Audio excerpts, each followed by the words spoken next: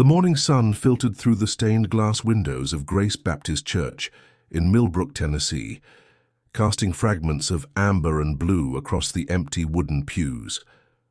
It was December 3rd, 1972, and Pastor Thomas Whitmore should have been preparing for Sunday service. Instead, his congregation sat in bewildered silence, staring at an abandoned pulpit where their shepherd had stood every Sunday for the past 18 years. Margaret Whitmore clutched her worn leather Bible, her knuckles white against the black cover. She had waited until dawn before calling the church deacon, her voice barely a whisper over the telephone line. "Thomas didn't come home last night," she had said, the words hanging in the air like morning frost. "His bed wasn't slept in. His coffee cup is still on the kitchen table, cold." The small town of Millbrook had always been the kind of place where doors remained unlocked and neighbors knew each other's routines by heart. Pastor Thomas was as predictable as the church bell that chimed every hour. Morning prayers at 6, breakfast with Margaret at 7, study time in his office until the congregation began arriving. But on this particular Saturday evening, something had broken that sacred rhythm. Deacon James Morrison stood at the front of the church, his weathered hands gripping the edge of the pulpit. The 60-year-old farmer had known Thomas since the young pastor first arrived in Millbrook, fresh out of seminary with fire in his eyes and compassion in his heart. "Folks," Morrison began, his voice carrying the weight of uncertainty, "we're going to pray for Pastor Thomas today. Pray that he finds his way back to us." The congregation bowed their heads, but whispers had already begun to spread through the pews like ripples on still water. 3 days earlier, President Nixon had declared martial law in response to growing civil unrest across the nation. Federal agents had been spotted in nearby towns asking questions, taking names. The pastor had been vocal about social justice from his pulpit, speaking about civil rights and the responsibility of Christians to care for the marginalized. Some said he had gone too far. Others believed he hadn't gone far enough. Margaret Whitmore sat in the front pew, the same spot she had occupied every Sunday for nearly 2 decades. Her eyes remained fixed on the empty chair behind the pulpit, the high-backed wooden seat where Thomas would sit during hymns, his gentle smile encouraging the congregation to lift their voices higher. Now that chair seemed to mock her with its vacancy, a throne without a king, a shepherd's seat without its shepherd. The afternoon brought no answers. Sheriff Cole Matthews, a man whose family had attended Grace Baptist for 3 generations, walked through the pastor's study with the careful reverence of someone entering a sacred space. Everything appeared untouched. Thomas's sermon notes for the following Sunday lay spread across his desk, a half-finished cup of coffee beside them. His coat hung on the wooden peg behind the door. His Bible, the same leather-bound King James Version he had carried since seminary, remained open to the book of Isaiah, chapter 58. "Is not this the fast that I have chosen? To loose the bands of wickedness, to undo the heavy burdens, and to let the oppressed go free?" Sheriff Matthews ran his finger along the underlined verse, noting the fresh ink marks in the margin. The pastor had been preparing something, studying something that had clearly moved him deeply. But what? And why had he never made it home to share his discoveries with Margaret? As evening shadows lengthened across the church grounds, Margaret finally allowed herself to be escorted home by the church ladies. Mrs. Eleanor Pike, the organist whose fingers had danced across the keys during countless services, helped Margaret prepare a simple dinner that would go mostly untouched. The pastor's house, a modest 2-story colonial that the church had provided, felt enormous in his absence. Every creaking floorboard, every ticking clock seemed amplified in the silence. Margaret climbed the stairs to their bedroom, her hand trailing along the banister that Thomas had lovingly restored when they first moved in. She paused at the doorway, looking at their marriage bed with its hand-sewn quilt and matching pillows. Thomas's reading glasses lay folded on his nightstand, waiting for eyes that might never return to claim them. His Bible study journal, filled with 18 years of spiritual insights and pastoral observations, remained closed beside a glass of water that had long since grown stale. That night, as December wind rattled the windows and bare tree branches scratched against the house like ghostly fingers, Margaret lay awake, staring at the ceiling. She had married Thomas Whitmore when she was 22 years old, drawn to his passionate commitment to serving God and serving others. Through 18 years of ministry, she had watched him comfort the grieving, counsel the troubled, and challenge the comfortable. He had never been a man to back down from speaking truth, even when that truth made powerful people uncomfortable. The questions that would haunt the next 4.5 decades had already begun to form in Margaret's mind as she clutched Thomas's pillow to her chest. Where had he gone that Saturday evening? Who had he planned to meet? And why, in a nation supposedly built on freedom and justice, did speaking God's truth seem to have become so dangerous? Outside, the church bell chimed midnight, its bronze voice calling out across an empty landscape. In 12 hours, the congregation would gather again, hoping for answers that wouldn't come. They would sing hymns that felt hollow without their pastor's baritone voice joining the chorus. They would pray prayers that seemed to disappear into an indifferent sky. But Margaret Whitmore would continue waiting, continue believing, continue hoping that the man who had taught her that love never fails would somehow find his way back to the empty pulpit where his voice had once proclaimed hope to a broken world. She couldn't know then that her waiting would stretch across decades, or that the answers she sought would remain locked away, hidden in darkness, waiting for a grandson not yet born to uncover the truth that powerful men had buried along with Pastor Thomas Whitmore's fate. If stories like this move you to believe in the power of hope and perseverance, even in our darkest hours, we share them because they remind us that truth, like love, has a way of surfacing when we need it most. By the spring of 1973, Millbrook had learned to function around the absence of Pastor Thomas Whitmore, though the void he left behind seemed to grow larger with each passing season. Margaret had refused to leave the parsonage, despite gentle pressure from the church board, to make room for the new interim pastor. "Thomas might come home," she would say simply, her voice carrying a conviction that bordered on defiance. "He'll need to know where to find me." The new pastor, Reverend Harold Crenshaw, was a kind man in his 50s who had the difficult task of filling shoes that the congregation refused to believe were empty. He preached solid sermons and visited the sick, but he never mentioned social justice from the pulpit. He never spoke about civil rights or challenged the comfortable.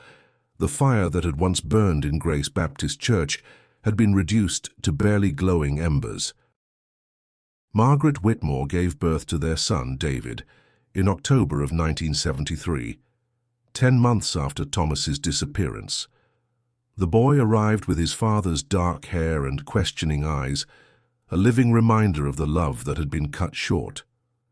Margaret raised David alone, working as a seamstress and taking in laundry to make ends meet. The church helped when they could, but Margaret's pride often prevented her from accepting charity. David grew up in the shadow of a father he would never remember, surrounded by stories of a man who seemed more legend than flesh and blood.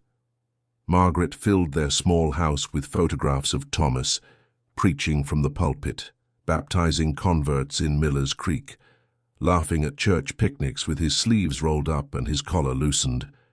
She wanted David to know that he came from strength, from conviction, from a man who had chosen to stand for something even when standing alone. As David reached his teenage years in the late 1980s, he began asking the questions that Margaret had spent 15 years trying to answer. "Why did Dad disappear?" he would ask, his voice carrying the frustration of a young man who needed a hero he could understand. "Where did he go? Why didn't he fight harder to come back to us?" Margaret would hold her son close, breathing in the scent of his hair that reminded her so much of Thomas. "Sometimes good men disappear because they threaten people who don't want things to change," she would explain. "Your father believed that God's love was bigger than anyone's hate. Some folks couldn't handle that." David's questions intensified when he left for college at the University of Tennessee. Studying history and political science, he began to understand the context of his father's disappearance in ways that his teenage mind hadn't been able to grasp. The early 1970s had been a time of tremendous upheaval: civil rights, Vietnam, economic uncertainty. A pastor who preached social justice in a small southern town would have been walking a dangerous line. In 1995, David married Sarah Chen, a journalism student from California, who had been drawn to his quiet intensity and his deep sense of justice. Sarah understood what it meant to grow up with questions about the past. Her own grandparents had been interned during World War II, their stories buried under decades of shame and silence. When David told her about his father's disappearance, she didn't offer platitudes or easy explanations. Instead, she simply said, "We'll find out what happened, somehow." Their son, Michael, was born in 1998, 26 years after Pastor Thomas had vanished. Margaret, now a grandmother in her 70s, would hold the baby and whisper stories about his grandfather, passing down memories like precious heirlooms. "He would have loved you so much," she would tell Michael, tears gathering in her eyes. "He would have taught you to fish in Miller's Creek and shown you how to build birdhouses for the church grounds." As Michael grew, he absorbed these stories with the intensity of a child who understands that family history is sacred. He learned that his grandfather had been a man of principles, someone who believed that faith without action was hollow. He heard about the sermons that had made people uncomfortable, the late-night counseling sessions with families facing crisis, the way Thomas Whitmore had opened the church doors to anyone seeking shelter or solace. David became a high school history teacher, following in what he imagined might have been his father's educational footsteps. He met hundreds of students over the years, young people hungry for truth and meaning, in a world that often seemed to offer neither. In quiet moments, David would wonder if this was how his father had felt standing in that pulpit every Sunday, responsible for nurturing faith and understanding in hearts that were still forming. Sarah worked as a freelance journalist, specializing in investigative pieces about social justice and human rights. She never stopped looking for leads about her father-in-law's disappearance, following threads that invariably went cold, filing Freedom of Information Act requests that returned heavily redacted documents or flat denials. The official story never varied. Pastor Thomas Whitmore had simply vanished without a trace. No evidence of foul play, no signs of struggle, no indication of where he might have gone or why. But Sarah's journalistic instincts told her that stories without answers often had the most important truths hidden beneath their surface. She kept files, maintained contacts, and never let anyone forget that Thomas Whitmore had been a real person with a family who still needed to know what had happened to him. Margaret passed away in her sleep in 2015, 43 years after her husband's disappearance. She died in the same bedroom where she had waited for him to come home, surrounded by photographs and memories, but never by answers. At her funeral, held in Grace Baptist Church, David stood at the same pulpit where his father had once proclaimed hope to a broken world. "My mother spent her entire adult life believing that love was stronger than loss," David said, his voice carrying across the congregation that had shrunk considerably over the decades. "She believed that truth, no matter how deeply buried, would eventually surface. She believed that my father's disappearance wasn't an ending, but a pause in a story that would someday find its conclusion." 2 years later, As David and Sarah cleaned out Margaret's house to prepare it for sale, they discovered how deeply she had held on to that belief. Hidden in closets and tucked into dresser drawers were decades of correspondence with law enforcement, private investigators, and government agencies. Margaret had never stopped searching, never stopped hoping, never stopped believing that somewhere, somehow, the truth about Thomas Whitmore was waiting to be discovered. Among her papers, they found a letter she had written but never sent, addressed simply to "My beloved Thomas." In it, she wrote, "I know you didn't leave us by choice. I know that whatever happened to you, it happened because you stood for something that scared powerful people. Our son has grown into a man you would be proud of, and our grandson carries your name and your heart. We're still waiting for you to come home, even if home is just the truth about where you went." Michael, now 19 and home from college, read his great-grandmother's letter with tears streaming down his face. He looked at his father with eyes that burned with the same fire that had once filled Thomas Whitmore's sermons. "We have to find out what happened to him," Michael said. "Grandma Margaret waited her whole life for answers. We can't let Grandpa's story end in silence." David nodded, understanding that the search for his father had become a sacred duty passed down through generations, like a family Bible or a wedding ring. The questions that had shaped his childhood would now shape his son's young adulthood. Somewhere in the shadows of history, the truth about Pastor Thomas Whitmore waited patiently for the right moment, the right discovery, the right person to bring it back into the light. Michael Whitmore returned to his family's history like a detective studying a cold case, armed with his great-grandmother Margaret's carefully preserved files and his mother Sarah's journalistic instincts.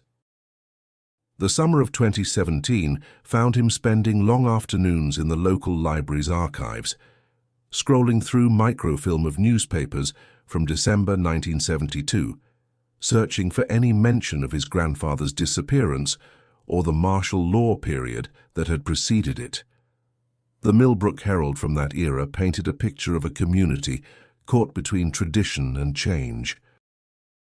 Articles about church potluck dinners and high school basketball games shared space with terse reports about federal security measures and temporary restrictions on public gatherings.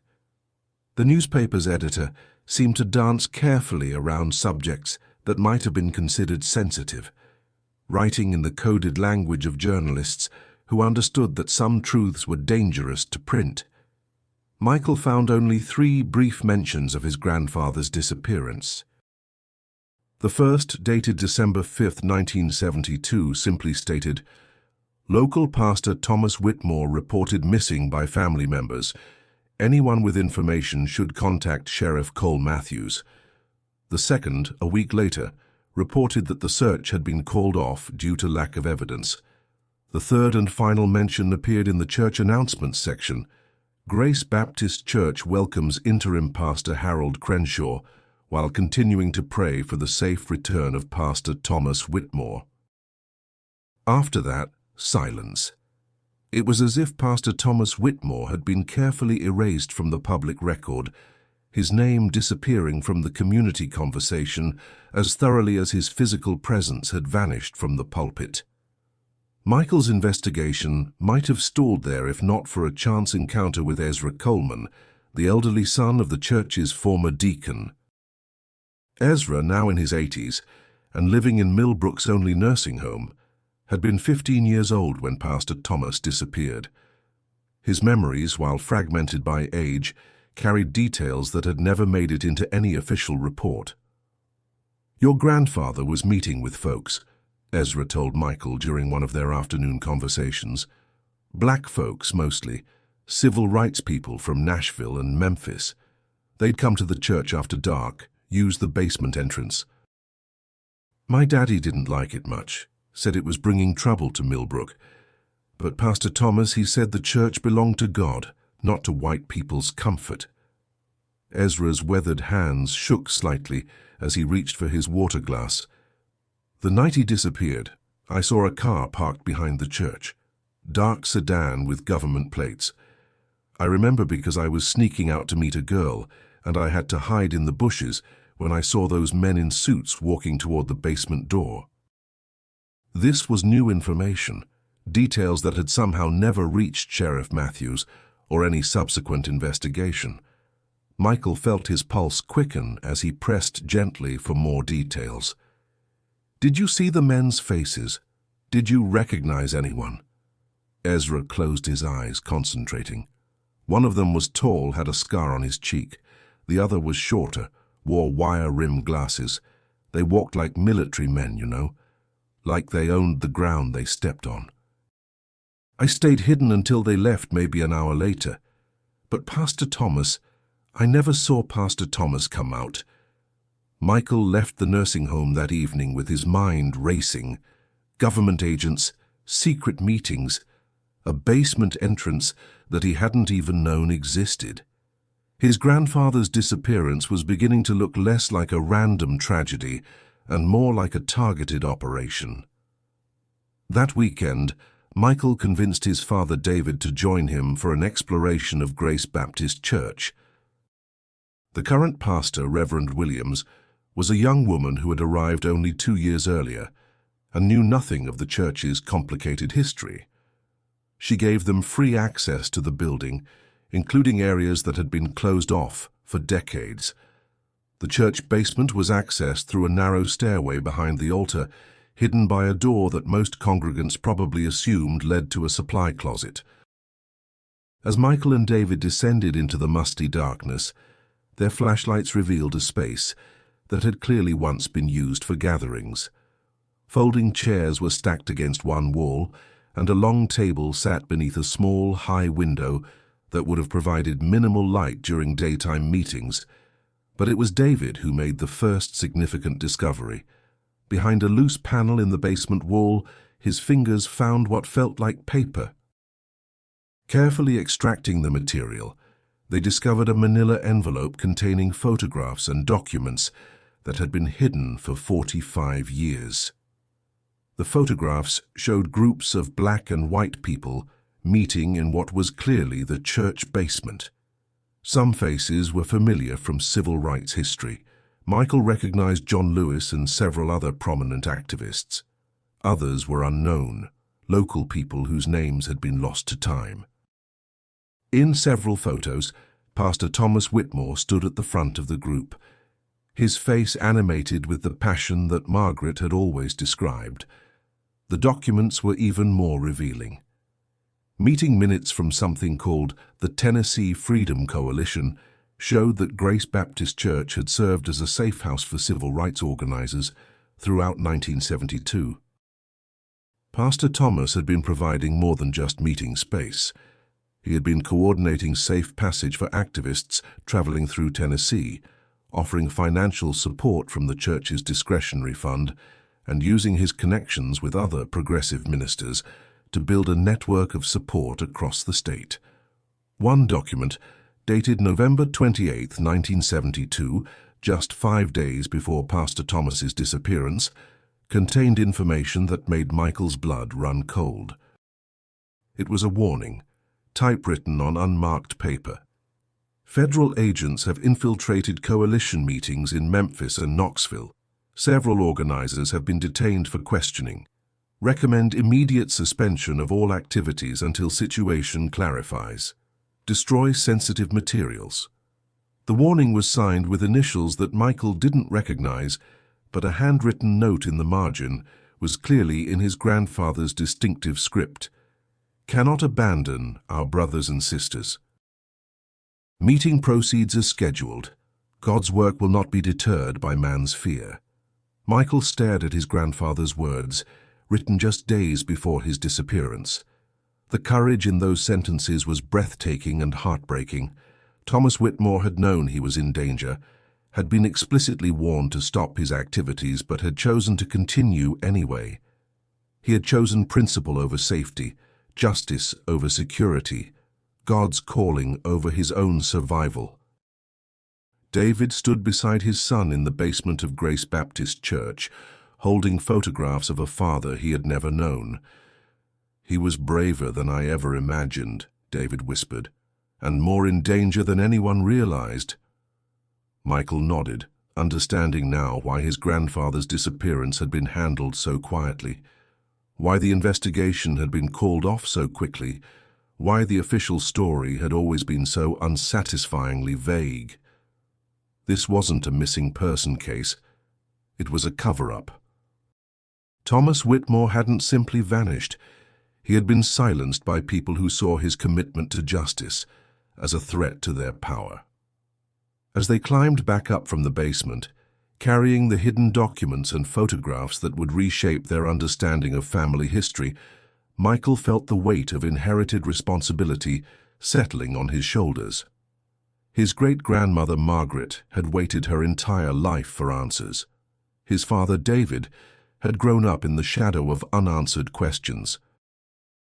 Now the truth was finally beginning to emerge, but it raised even more troubling questions about what had happened to Pastor Thomas Whitmore and who had been responsible for his disappearance. The documents they had found were just the beginning. Somewhere, Michael was certain, there were more pieces to this puzzle. Official records, witness statements, perhaps even evidence of what had ultimately become of his grandfather. The 19-year-old college student who had entered that church basement was gone, replaced by a young man who understood that uncovering family truth might require him to confront uncomfortable realities about American history and the price that good people sometimes pay for standing up to power. Michael Whitmore had inherited more than his grandfather's name and his great-grandmother's determination. He had inherited a mission that would define the rest of his life, finding out what had happened to Pastor Thomas Whitmore and ensuring that his story was finally told in full, no matter how powerful the people who had tried to bury it might be. The revelations from the church basement transformed Michael's summer vacation into an obsessive investigation. He converted his childhood bedroom into a research center, covering the walls with copies of the documents and photographs they had discovered. Sarah, drawing on her years as a journalist, helped him organize the materials chronologically and identify the people and organizations mentioned in the coalition's records. The Tennessee Freedom Coalition, they learned, had been far more extensive than anyone had realized. Through careful cross-referencing with civil rights archives at Vanderbilt University and Fisk University, they discovered that Pastor Thomas had been part of a network that stretched across the South, providing safe passage, financial support, and coordination for activists working to dismantle segregation and promote voting rights. Michael spent hours staring at the photographs of his grandfather, studying the man's face for clues about his character and motivations. In every image, Thomas Whitmore appeared fully engaged, leaning forward to listen to speakers, gesturing animatedly during discussions, his eyes bright with conviction. This wasn't a man who had stumbled accidentally into dangerous territory. This was someone who had chosen his path with full knowledge of the risks involved. Sarah's contacts in the journalism community proved invaluable as Michael began reaching out to surviving members of the civil rights movement. Many were initially reluctant to discuss events from 1972, but the photographs and documents from Grace Baptist Church served as powerful verification of Michael's legitimacy. Slowly, cautiously, people began to share their memories. Dr. Reverend Samuel Washington, now 91 and living in a retirement community in Nashville, had been one of the coalition's key organizers. When Michael showed him the photographs, tears gathered in the old man's eyes. "Thomas Whitmore," he whispered, his voice heavy with emotion. "That man had a heart as big as Tennessee and courage that scared the federal government." Dr. Washington's memories filled in crucial details about the coalition's work and the mounting pressure they had faced in late 1972. "The feds had been watching us for months," he explained. "Phone taps, surveillance, informants in our meetings. They knew everything we were planning before we planned it." Thomas was one of their primary targets because his church provided legitimacy to our cause. A white pastor in a small southern town speaking out for civil rights, that was powerful symbolism they wanted to eliminate. The elderly minister paused, collecting his thoughts. The last time I saw Thomas was at a meeting in Memphis, 2 weeks before he disappeared. He was agitated, worried, said he'd received anonymous phone calls at home, warnings to stop his involvement with us. But he also said he'd made a decision. He was going to document everything, create a record of what we were doing and what was being done to stop us. Michael's pulse quickened. What kind of record? Names, dates, locations, evidence of federal infiltration, proof of illegal surveillance, documentation of threats and intimidation. Thomas said he was going to hide everything where it would be safe, where it could be found later if something happened to him. Doctor. Washington shook his head sadly. We never found those documents. After he disappeared, several of us searched his church and his home, but there was nothing. This revelation sent Michael back to Millbrook with renewed urgency. If his grandfather had indeed created a comprehensive record of the coalition's activities and the government's response, those documents might still be hidden somewhere, waiting to be discovered. But where would a careful, methodical man like Pastor Thomas Whitmore hide something so important? Michael spent weeks systematically searching every inch of his great-grandmother's house, now empty and awaiting sale. He examined walls for hidden compartments, floorboards for loose sections, closets for false backs. He found nothing. The church basement had already yielded its secrets. His grandfather's former office had been renovated multiple times over the decades. Where else might a pastor in 1972 have hidden sensitive documents? The answer came to him while he was helping his father clean out the garage behind Margaret's house. In the back corner, covered by decades of accumulated tools and gardening supplies, sat a large steamer trunk that neither of them remembered seeing before. It was made of dark wood with brass corners and heavy leather straps, the kind of trunk that might have belonged to a traveling minister or a young couple setting up their first home. David ran his hand over the trunk's surface, noting the initials TW carved into the wooden top. "This was Dad's," he said quietly. "Mom must have stored it out here after he disappeared." The trunk was secured with an old-fashioned padlock that had rusted over the decades. Michael found a pair of bolt cutters in the garage and carefully severed the lock, his hands trembling with anticipation. As the lid creaked open, both men peered inside at contents that had been sealed away for 45 years. The trunk contained everything that Dr. Washington had described and more. Neat folders organized by date and topic held hundreds of documents. Meeting minutes, correspondence with civil rights leaders, financial records showing church money used to support the movement, and most significantly, detailed reports of federal surveillance and infiltration attempts. One folder, labeled Insurance Policy in Thomas's handwriting, contained photocopies of official government documents that should never have been accessible to a small-town pastor. Surveillance reports, memos discussing disruption strategies for civil rights organizations, and correspondence between federal agents and local law enforcement that revealed a coordinated effort to silence coalition activities. Michael's hands shook as he read a memo dated November 30th, 1972, just 3 days before his grandfather's disappearance.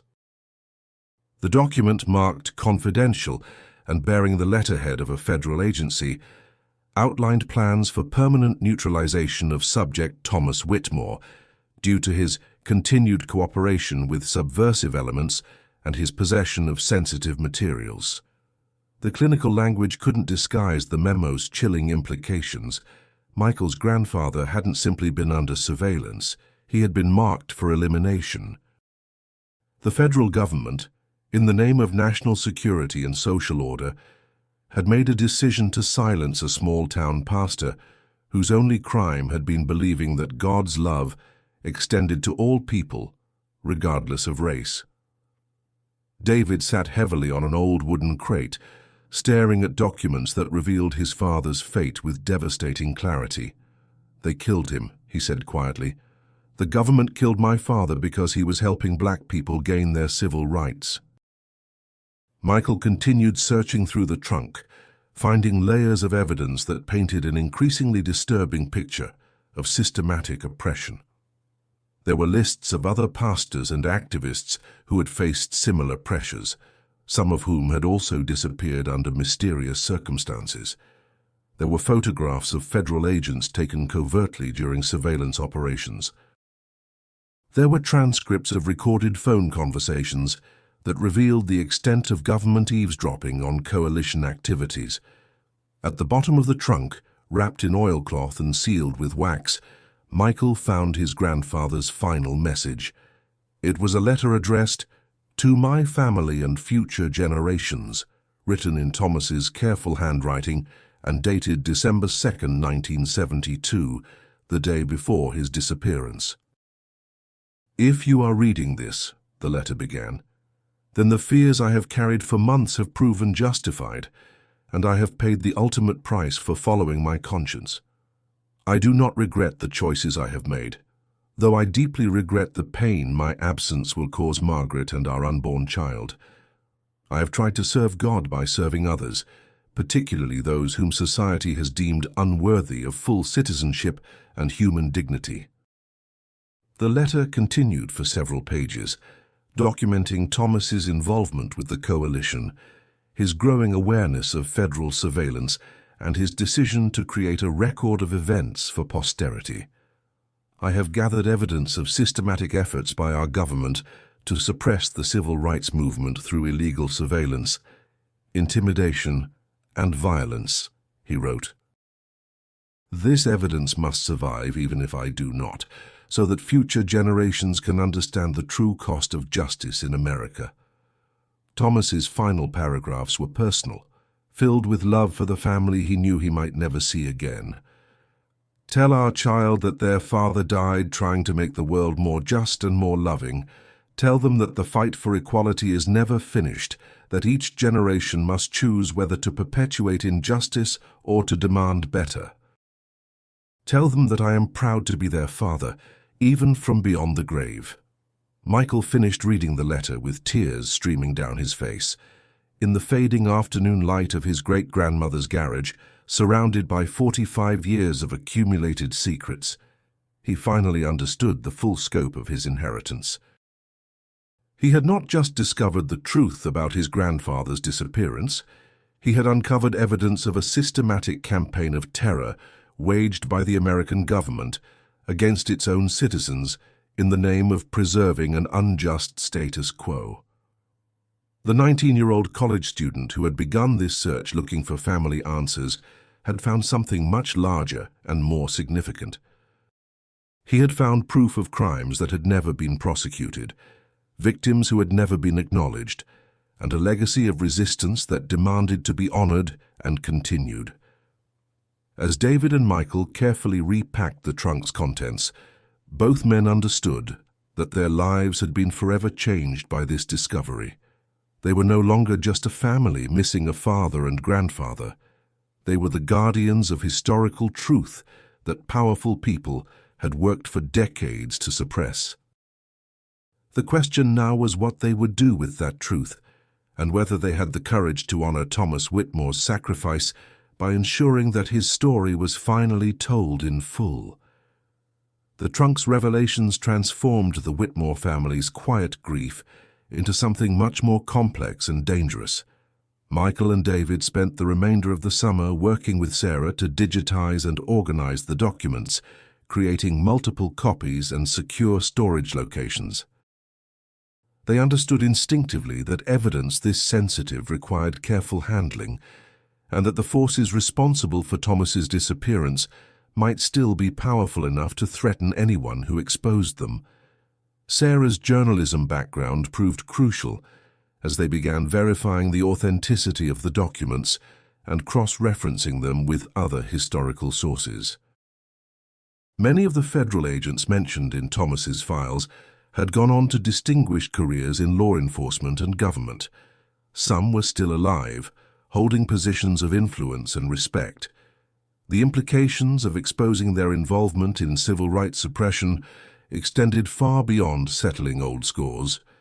It threatened to reshape the historical narrative of American law enforcement during the civil rights era. Michael found himself caught between academic excitement and personal anguish. The documents painted a picture of his grandfather as a man of extraordinary courage and moral clarity, someone who had risked everything to stand with the oppressed. But they also revealed the brutal reality of what that courage had cost him. The clinical efficiency of the federal surveillance operation, the calculated cruelty of the threats against coalition members, and the ultimate decision to neutralize Pastor Thomas spoke to a level of governmental ruthlessness that shattered Michael's faith in American institutions. Dr. Washington, when shown copies of the most significant documents, wept openly. "I knew Thomas was brave," the elderly minister said, "but I never realized how completely he had documented our persecution." This evidence could rewrite the history of federal involvement in suppressing civil rights activism. But Dr. Washington also issued a warning that chilled Michael to the bone. "Son, you need to understand what you're dealing with. The people responsible for your grandfather's death didn't just disappear when the civil rights era ended. Many of them rose through the ranks, became supervisors and administrators and policymakers. They have protégés and allies throughout the system. If you go public with this evidence, you're not just challenging history, you're threatening living people with powerful friends." Michael struggled with this knowledge throughout his sophomore year of college. He threw himself into studying history and journalism, driven by a need to understand the context of his grandfather's sacrifice and the best methods for bringing hidden truths to light. His professors, noting his passion and dedication, began including him in advanced research projects and encouraging him to consider graduate school specializing in civil rights history. But Michael's real education was happening outside the classroom as he and Sarah worked together to trace the fates of other coalition members and investigate what had become of the federal agents mentioned in Thomas's files. They discovered a pattern that was both fascinating and disturbing. Several activists had indeed disappeared or died under suspicious circumstances in the months following Thomas's vanishing, while many of the federal agents had enjoyed long, successful careers in law enforcement. Agent Harold Stockman, the tall man with the facial scar whom Ezra Coleman had remembered seeing at the church, had eventually become a deputy director of the FBI. Agent Marcus Webb, his shorter partner with the wire-rim glasses, had risen to head an anti-terrorism task force before retiring with full honors in 1995. Both men were still alive, living comfortable retirements funded by government pensions earned through careers built in part on silencing people like Pastor Thomas Whitmore. The irony was bitter and overwhelming. The men who had destroyed Michael's family had been rewarded with success and respect, while his grandfather lay in an unmarked grave somewhere, his sacrifice unrecognized and his story untold. The injustice of it burned in Michael's chest like acid, motivating him to work longer hours and dig deeper into the historical record. By his junior year, Michael had assembled enough evidence to support a major expose of federal civil rights suppression in Tennessee during the early 1970s. He had corroborating testimony from surviving coalition members, government documents that proved illegal surveillance and intimidation, and his grandfather's meticulous records that tied specific agents to specific crimes. What he lacked was the platform and protection necessary to tell the story safely. Sarah had been quietly shopping the story to major news outlets, but the response had been consistently disappointing. Editors expressed interest in the historical angle, but balked at naming living individuals without additional corroboration. The legal departments of major newspapers were reluctant to accuse retired federal agents of murder based on 45-year-old documents, regardless of their apparent authenticity. The breakthrough came from an unexpected source. Dr. Maria Santos, a professor of American history at Columbia University, who specialized in government surveillance during the civil rights era, had been following Sarah's preliminary inquiries through academic networks. Dr. Santos reached out in early 2020, just as Michael was completing his junior year, with news that would change everything. "I've been researching federal anti-civil rights operations for over a decade, Dr. Santos explained during a video call that included Michael, David, and Sarah. "Your grandfather's documents fill in crucial gaps in the historical record, but more importantly, they corroborate evidence I've been gathering about a coordinated program called Operation Quiet Sunday, which targeted religious leaders who supported civil rights activism." Dr. Santos had spent years using Freedom of Information Act requests and academic connections to piece together fragments of this secret program. Operation Quiet Sunday, she explained, had been designed to neutralize what federal authorities saw as dangerous religious support for the civil rights movement. Pastors, priests, and rabbis who used their pulpits to advocate for racial equality had been systematically surveilled, intimidated, and in some cases eliminated. The program was run out of a joint task force between the FBI and military intelligence, Dr. Santos continued. They identified religious leaders as particularly dangerous because of their moral authority and their ability to mobilize congregations. "Your grandfather wasn't just a target, he was a priority target because of his location, his influence, and his documentation of federal activities." Michael felt his understanding of his grandfather's death shift once again. Thomas Whitmore hadn't been killed simply for supporting civil rights. He had been eliminated as part of a systematic program designed to destroy religious opposition to government policy. The scope of the conspiracy was larger than they had imagined, and the evidence they possessed was more significant than they had dared to hope. Dr.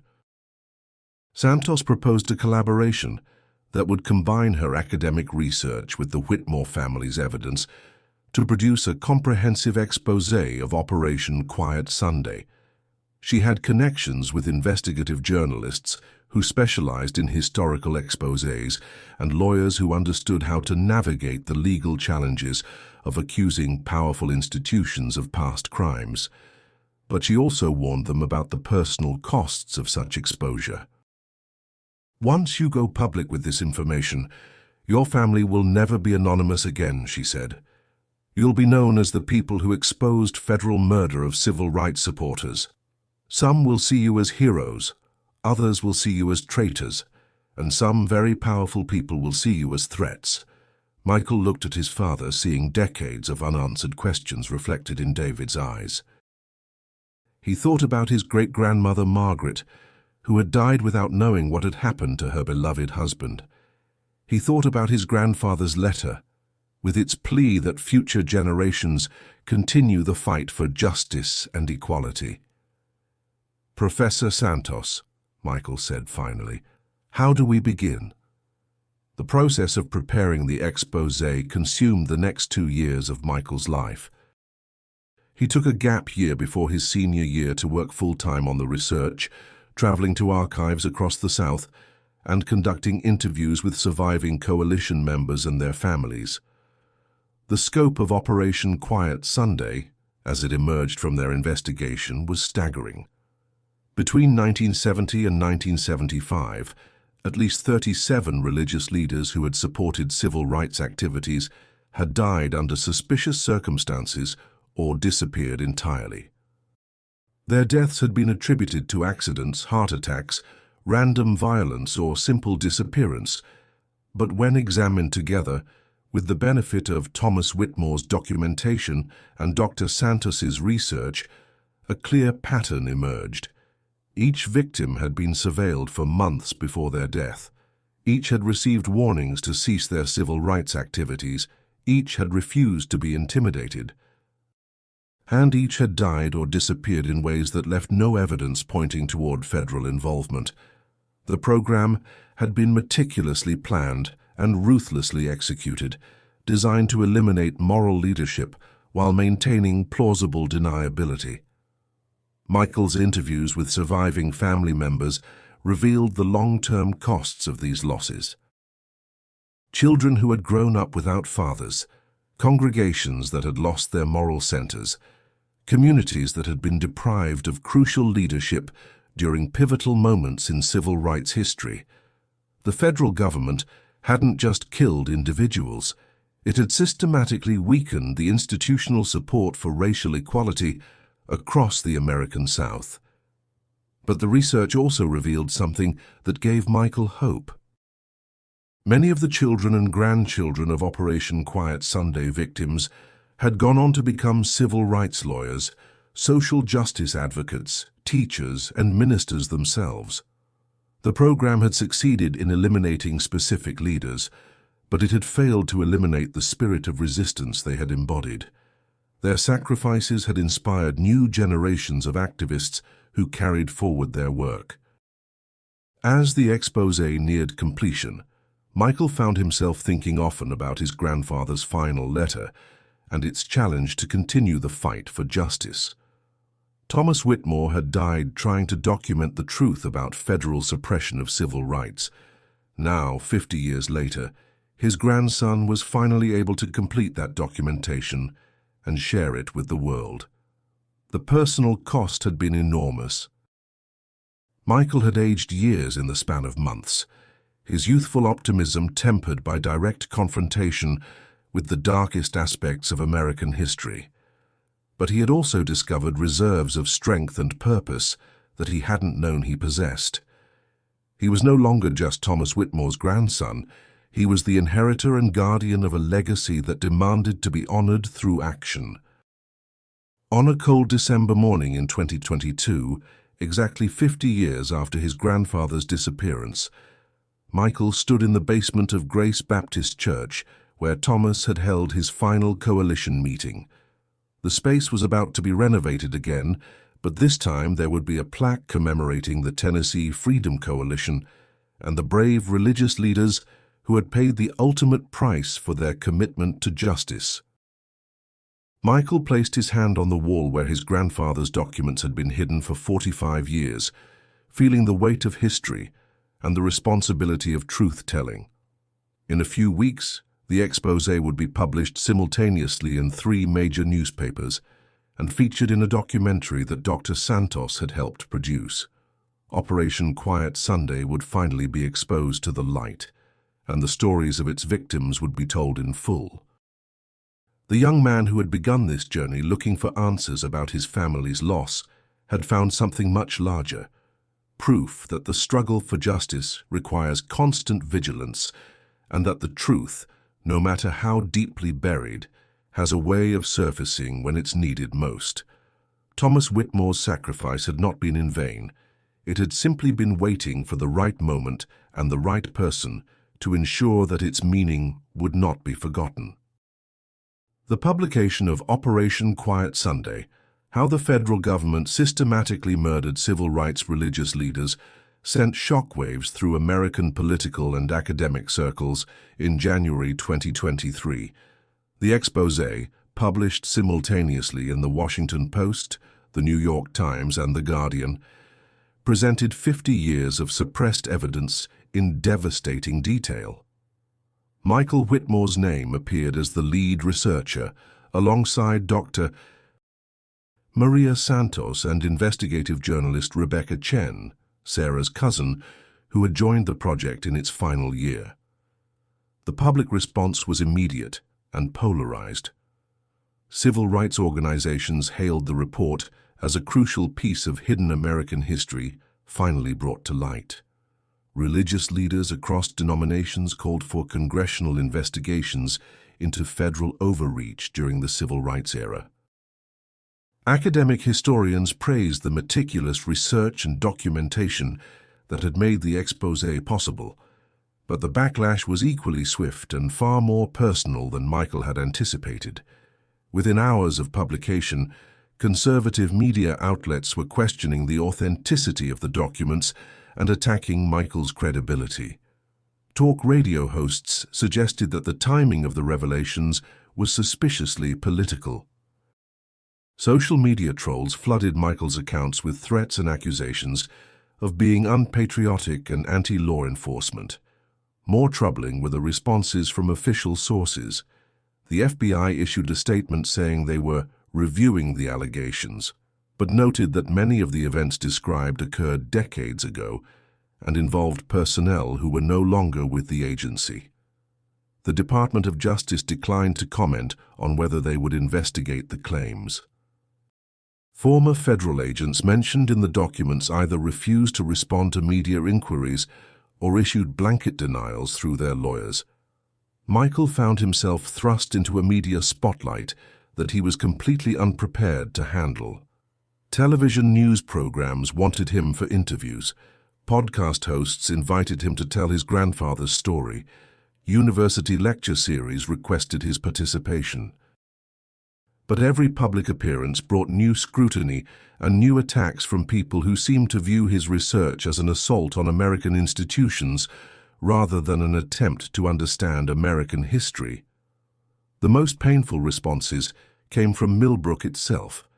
The small Tennessee town that had been Pastor Thomas's home was deeply divided about having its buried history exposed to national attention. Some residents, particularly older black community members, privately thanked Michael for finally telling the truth about what had happened to the coalition and its supporters, but others, especially those whose families had been in Millbrook for generations, resented the negative attention and the suggestion that their community had been complicit in federal crimes. Grace Baptist Church, now led by Reverend Susan Williams, decided to embrace the revelations by establishing a civil rights memorial in the church basement. But the decision sparked heated debate within the congregation, with some members threatening to leave if the church continued to associate itself with what they saw as anti-government propaganda. Michael's own family struggled with the aftermath of publication. David, who had spent his career as a high school history teacher, found himself defending his son's research to colleagues and community members who questioned whether exposing decades-old government operations served any useful purpose. Sarah faced professional challenges as some of her journalism contacts distanced themselves from what they viewed as a politically charged story. Most difficult for Michael was the realization that his grandfather's murder would likely never result in criminal prosecution. The federal agents identified in Thomas's documents were either dead or protected by statutes of limitations that had long since expired. The institutional structure that had carried out Operation Quiet Sunday had evolved and changed, making it impossible to hold current officials accountable for past crimes. Agent Harold Stockman, the tall man with the facial scar who had been present at Grace Baptist Church the night of Thomas's disappearance, was now 87 years old and living in a retirement community in Virginia. When approached by reporters, he had issued a statement through his lawyer denying any involvement in illegal activities and describing the allegations as the fevered imaginings of anti-government conspiracy theorists. Agent Marcus Webb, his former partner, had died of natural causes in 2019, taking whatever knowledge he possessed to the grave. Other agents mentioned in the documents were similarly beyond the reach of justice, protected by age, death, or legal technicalities that made prosecution impossible. The lack of legal consequences frustrated Michael deeply, but Dr. Santos helped him understand that their work had achieved something perhaps more important than individual prosecutions. "I've changed the historical record," she explained during one of their regular video calls. 50 years from now, when students study the civil rights era, they'll know about Operation Quiet Sunday, They'll understand that the federal government didn't just fail to protect civil rights leaders, it actively worked to eliminate them. The documentary based on their research, which premiered at the Sundance Film Festival in early 2023, brought Thomas Whitmore's story to an even wider audience. Titled The Quiet Sunday Murders, the film used Michael's personal journey to explore the broader implications of federal civil rights suppression. Critics praised its emotional impact and historical significance, though it also sparked new controversies about the role of government in protecting national security versus individual rights. For Michael, the most meaningful response came from other families who had lost relatives during the civil rights era under suspicious circumstances.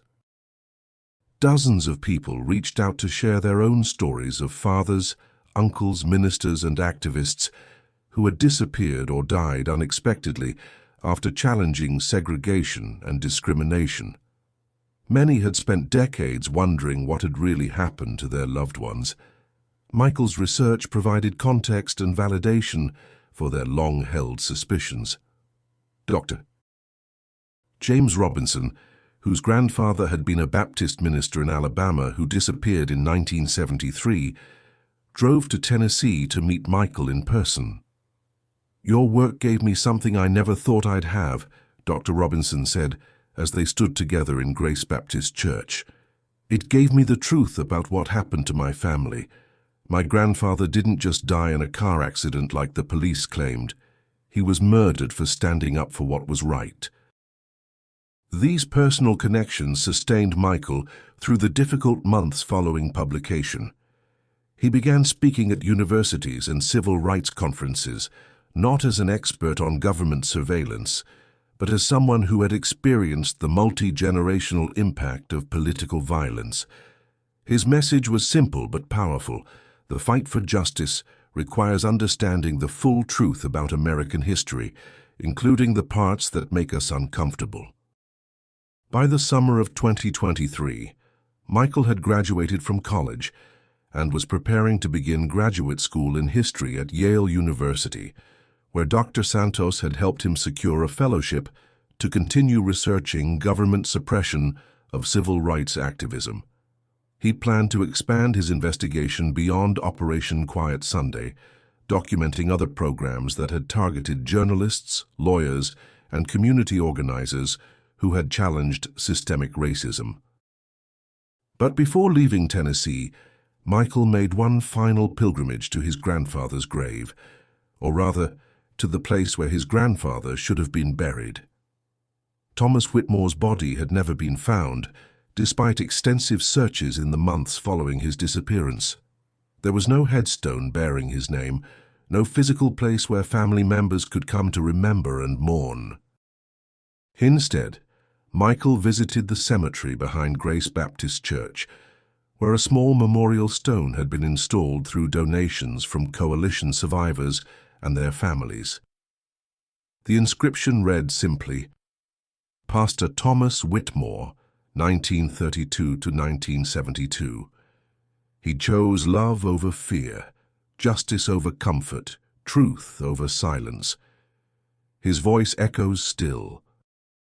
Standing before the memorial on a warm August evening, with fireflies beginning to dance among the tombstones and the distant sound of hymns drifting from the church sanctuary, Michael felt the weight of his inheritance more clearly than ever before.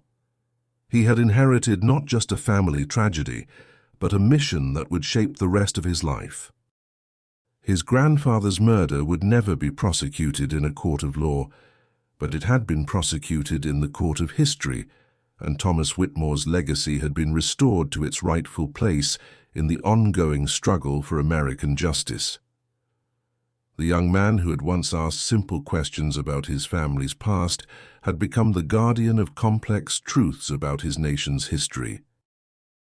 And as he prepared to leave Millbrook for graduate school, Michael understood that his grandfather's work, the work of bearing witness to injustice and refusing to be silenced by powerful forces, was far from finished. 3 years after the publication of the Operation Quiet Sunday exposé, Michael Whitmore had evolved from a curious college student into one of the nation's leading experts on government surveillance and suppression of civil rights activism. His doctoral dissertation at Yale, The Quiet War Federal Programs to Eliminate Religious Civil Rights Leadership, 1968-1978, had expanded far beyond his grandfather's case to document a systematic campaign that had claimed the lives of religious leaders across the American South. The research had consumed every aspect of Michael's life. His small apartment near the Yale campus was cluttered with filing cabinets, document scanners, and wall charts that tracked connections between federal agents, targeted ministers, and suspicious deaths. He had interviewed hundreds of family members, former federal employees, and civil rights veterans. He had filed Freedom of Information Act requests with 17 different agencies. He had traveled to archives in 12 states, often sleeping in his car to save money for research expenses.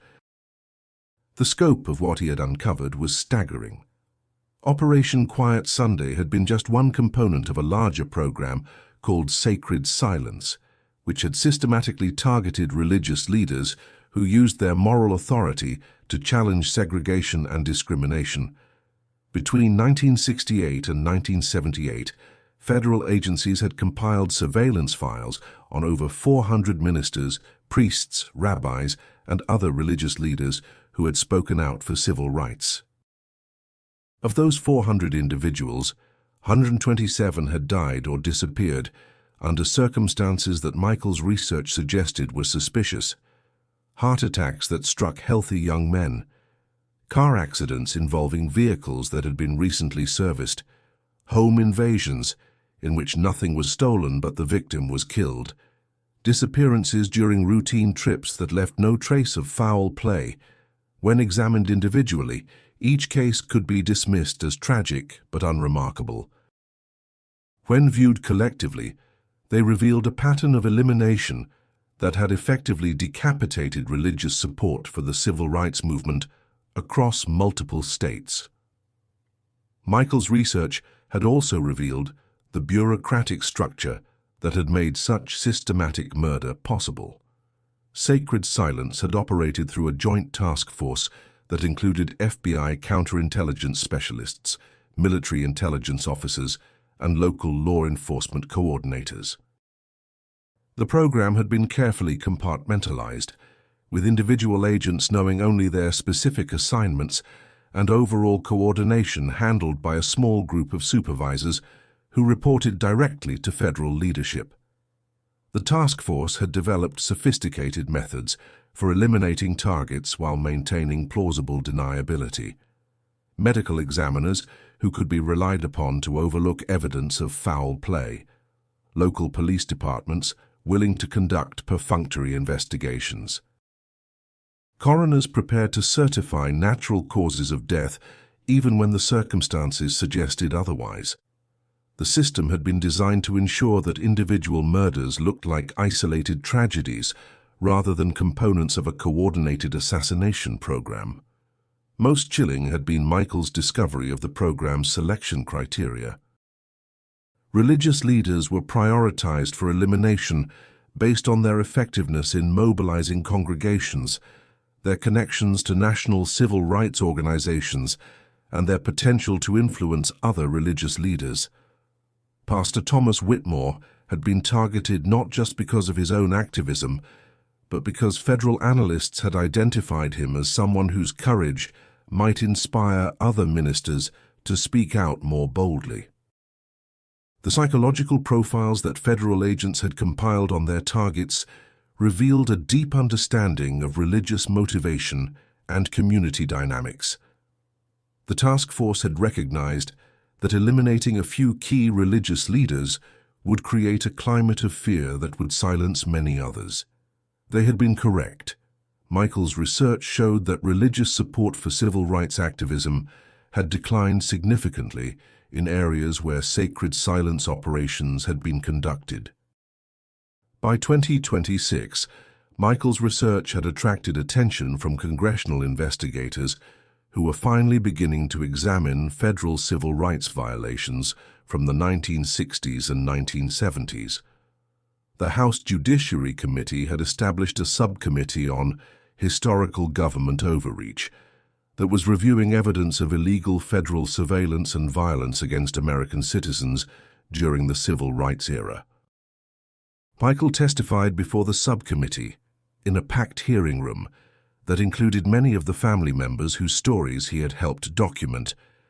His testimony was careful and methodical, presenting evidence rather than accusations, facts rather than emotions. But the cumulative weight of his research was devastating to the reputations of federal agencies that had long portrayed themselves as protectors of civil rights rather than opponents of racial equality. The evidence shows that between 1968 and 1978, federal agencies conducted a systematic campaign to eliminate religious leaders who supported civil rights through surveillance, intimidation, and murder, Michael testified. This campaign was not the work of rogue agents or isolated incidents of misconduct. It was a coordinated program that involved multiple agencies, substantial resources, and high-level authorization. The political response to Michael's congressional testimony was predictably partisan. Democratic committee members praised his research and called for formal investigations into federal misconduct. Republican members questioned the reliability of decades-old documents and suggested that the hearings were politically motivated attacks on law enforcement. The media coverage focused more on the political implications than on the historical evidence. But for Michael, the most meaningful responses came from the families whose stories he had helped tell. Mrs. Dorothy Coleman, whose husband had been a Methodist minister in Mississippi who died in a suspicious car accident in 1974, approached Michael after his testimony with tears in her eyes. "For 50 years I've carried the weight of knowing that my husband was murdered and not being able to prove it," she said. "Your research gave me the proof I needed. More importantly, it gave me the knowledge that James didn't die alone. He died as part of something larger, a resistance movement that powerful people feared enough to kill."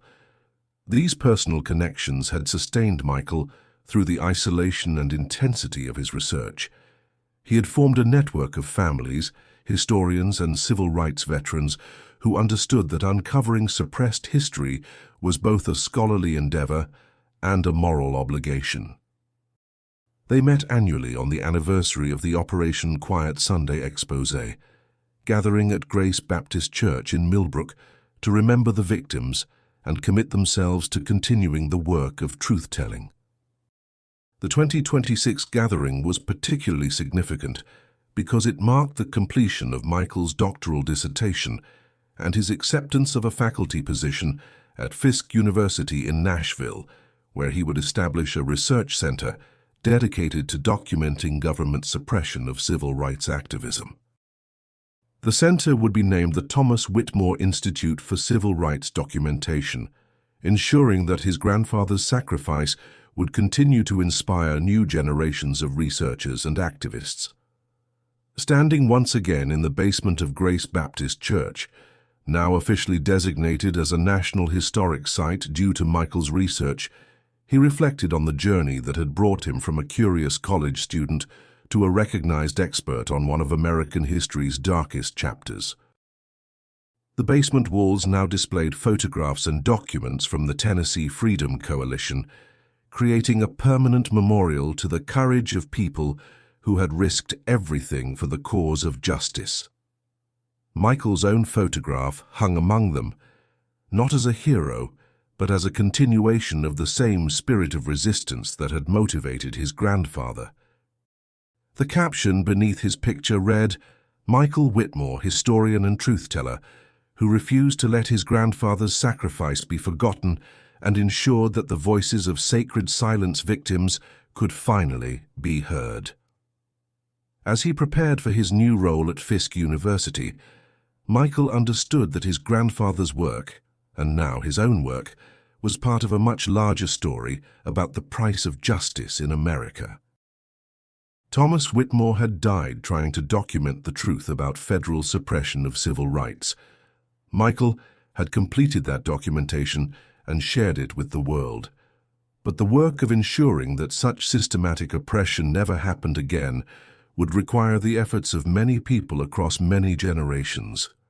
The fight for truth and justice, Michael had learned, was not a battle that could be won once and forgotten. It was an ongoing commitment that each generation had to make anew, armed with the knowledge of past struggles and the determination to prevent future atrocities. His grandfather's murder had been a tragedy that had shaped 3 generations of the Whitmore family, but it had also become a source of strength and purpose that would continue to inspire resistance to injustice for generations to come. Standing in the church basement where his grandfather had held his final meeting, surrounded by the evidence of courage and sacrifice that he had spent years documenting, Michael felt the weight of inheritance transforming into the power of legacy.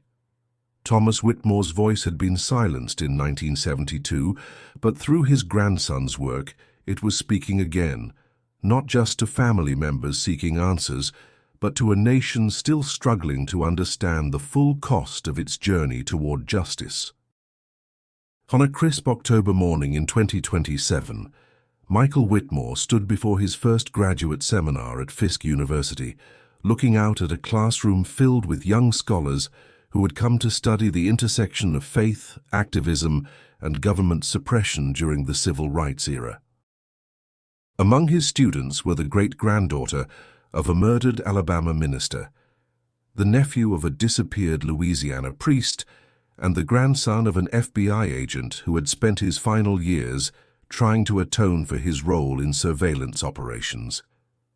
The Thomas Whitmore Institute for Civil Rights Documentation had opened just 6 months earlier, housed in a renovated building on the Fisk campus that had once served as a safe house for civil rights organizers in the 1960s. The symbolism was intentional. A place that had once hidden activists from government persecution was now dedicated to exposing the full scope of that persecution and ensuring that the victims' stories would never be forgotten. Michael's work had evolved beyond historical research into something more immediate and urgent. The Institute was actively assisting families who were still seeking information about relatives who had died or disappeared during the civil rights era. They were training new researchers to identify patterns of government misconduct. They were documenting contemporary examples of surveillance and intimidation aimed at social justice activists, understanding that the tactics of the past often provided blueprints for present-day oppression. The Institute's most ambitious project was the Sacred Silence Memorial, a national monument being constructed in Washington, D.C., and that would honor the religious leaders who had died for their commitment to civil rights. The memorial, designed by Maya Lin, would feature the names of all 127 documented victims of the federal assassination program, along with spaces for contemplation and education about the ongoing struggle for justice. Michael had been invited to speak at the memorial's groundbreaking ceremony, but he had chosen instead to remain in Tennessee, teaching his students and working with families who were still seeking answers about their lost loved ones. The national recognition was gratifying, but the real work happened in quiet moments, sitting with elderly family members who had carried secrets for decades, helping graduate students piece together fragments of suppressed history, training a new generation of truth-tellers who would continue the work long after his own time had passed. His grandfather's trunk, the source of so much revelation and pain, now sat in a place of honor in the Institute's archive. Visitors could examine Thomas Whitmore's documents and photographs, understanding through primary sources how ordinary people had found the courage to resist extraordinary oppression. The trunk had become a symbol of the Institute's mission, that truth, no matter how deeply buried, would eventually surface if people were willing to dig for it. On this particular October morning, Michael was beginning a new unit in his seminar about the long-term effects of political violence on families and communities. His students had read excerpts from his grandfather's letters, studied documents from the Sacred Silence program, and interviewed family members of victims. Now they were ready to grapple with the more complex questions about memory, trauma, and healing. "Who can tell me why it matters that we study these events from 50 years ago?" Michael asked, his voice carrying the same passionate conviction that his grandfather had once brought to the pulpit at Grace Baptist Church. A young woman raised her hand. "Because the past isn't really past," she said. "The people who were silenced then are still silent. The systems that allowed the murders to happen are still in place. If we don't understand what happened then, we can't prevent it from happening again." Michael nodded, feeling a surge of hope for the future of civil rights documentation and advocacy. These students understood what he had taken years to fully grasp, that historical research was not an academic exercise, but a form of resistance, a way of ensuring that the voices of the oppressed could never be completely silenced. After class, Michael walked across campus to the small office where he spent most of his time, surrounded by photographs of Sacred Silence victims and their families. On his desk sat a letter that had arrived that morning from Mrs. Elizabeth Parker, an elderly woman in Georgia, whose father had been a Methodist minister who disappeared in 1975. "Dear Professor Whitmore," the letter began, "I have followed your research for several years, and I believe my father was another victim of the program you have documented. I have boxes of his papers that I have never shown to anyone, including documents that suggest he was being watched by federal agents in the months before his disappearance. I am now 91 years old, and I would like to donate these materials to your institute before I die, so that my father's story can be told along with the others." Michael smiled as he read the letter, understanding that his work was far from finished. There were still families carrying secrets, still victims whose stories had never been told, still evidence waiting to be discovered and shared with the world.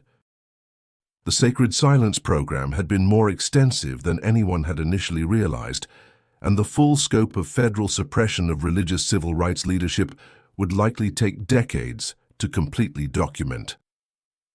That evening, Michael called his father David, who was now retired from teaching and volunteering with the Institute's educational outreach program. They spoke regularly about the ongoing work and the way it had transformed their understanding of their family's history and their own responsibilities to future generations. "I've been thinking about Grandma Margaret lately," David said during their conversation. "She spent her whole life waiting for answers about what happened to Dad. I wonder what she would think about everything we've discovered." Michael considered the question, picturing his great-grandmother as she had been in the final photographs, elderly but still hopeful, still believing that truth would eventually surface. "I think she would be proud that we never stopped looking," he said. "And I think she would be amazed that Dad's story has helped so many other families find their own answers." After ending the call, Michael walked outside into the crisp autumn air, looking up at stars that seemed especially bright above the Fisk campus. Somewhere among those stars, he imagined, his grandfather's spirit was watching the work continue, seeing his sacrifice transformed into a legacy that would inspire resistance to injustice for generations to come.